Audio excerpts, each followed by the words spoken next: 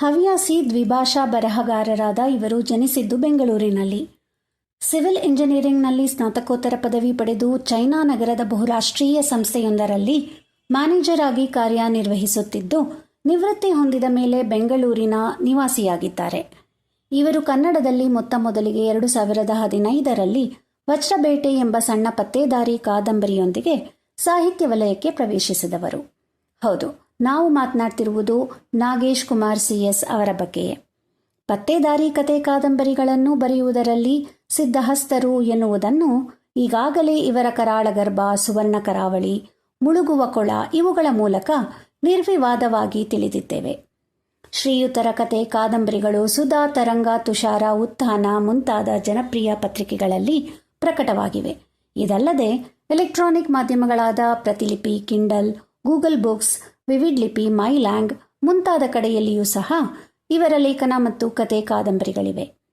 ಇವರು ಹಲವಾರು ಕನ್ನಡ ಚಲನಚಿತ್ರರಂಗದ ಚಿತ್ರಗಳ ಮಾಹಿತಿ ಕಲೆ ಹಾಕಿ ಈಗಾಗಲೇ ವಿಕಿ ಕನ್ನಡ ಪುಟಗಳನ್ನು ಬರೆದಿದ್ದಾರೆ ಮತ್ತು ಕೆಲವು ತಿದ್ದುಪಡಿ ಕೂಡ ಮಾಡಿದ್ದಾರೆ.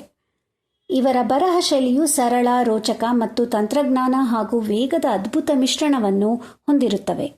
ಓದುಗರಿಗೆ ಸುಲಭವಾಗಿ ಅರ್ಥವಾಗುವಂತಹ ನಿರಾಳವಾದ ಮತ್ತು ಆಕರ್ಷಕವಾದ ಪದಬಳಿಕೆ ಇವರ ಶೈಲಿಯ ವಿಶೇಷತೆ ಎನ್ನಬಹುದು. ಸಸ್ಪೆನ್ಸ್ ಮತ್ತು ಥ್ರಿಲ್ಲರ್ ಕಥೆಯು ಆರಂಭವಾದಾಗಿನಿಂದ ಕೊನೆಯವರೆಗೂ ಓದುಗರಲ್ಲಿ ಕುತೂಹಲವನ್ನು ಕಾಯ್ದುಕೊಳ್ಳುವಂತೆ ಬರೆಯುತ್ತಾರೆ. ಅನಿರೀಕ್ಷಿತ ತಿರುವುಗಳು ಇವರ ಕಥೆಗಳ ಪ್ರಮುಖ ಆಕರ್ಷಣೆ.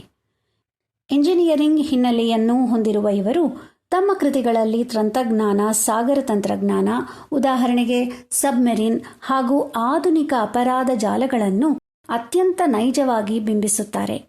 ಭಾವನಾತ್ಮಕ ಸ್ಪರ್ಶ ಕೇವಲ ಪತ್ತೇದಾರಿ ಹಾಗೂ ಸಾಹಸಕ್ಕೆ ಸೀಮಿತವಾಗದೆ ದೇಶಪ್ರೇಮ ಮತ್ತು ಭಾವನಾತ್ಮಕ ಅಂಶಗಳನ್ನು ಕಥೆಯ ಎಳೆಯೊಂದಿಗೆ ಸುಂದರವಾಗಿ ಬೆಸೆಯುತ್ತಾರೆ. ಇವರ ಇನ್ನಿತರ ಪ್ರಮುಖ ಕೃತಿಗಳೆಂದರೆ ರಕ್ತಚಂದನ, ನಾಳೆಯನ್ನು ಗೆದ್ದವನು, ಹಿಮಜಾಲ, ರಹಸ್ಯಾಯನ ಮತ್ತು ಕೊನೆ ಹೇಗೋ ಅರಿಯಲಾರೆ. ಇವರ ಸಾಹಿತ್ಯದ ಸಾಧನೆ ಹಲವು ಪತ್ರಿಕೆಗಳ ಮೆಚ್ಚುಗೆ ಹಾಗೂ ಸಾಹಿತ್ಯಿಕ ಮನ್ನಣೆಗಳನ್ನು ಪಡೆದಿದೆ. ಬನ್ನಿ, ಈ ಮಾಸದ ಕನ್ನಡ ಪುಸ್ತಕ ಪರಿಚಯದಲ್ಲಿ ನಾಗೇಶ್ ಕುಮಾರ್ CS ಅವರ ಕೆಲವು ಕೃತಿಗಳ ಪರಿಚಯವನ್ನು ಮಾಡಿಕೊಳ್ಳೋಣ. ಧನ್ಯವಾದಗಳು.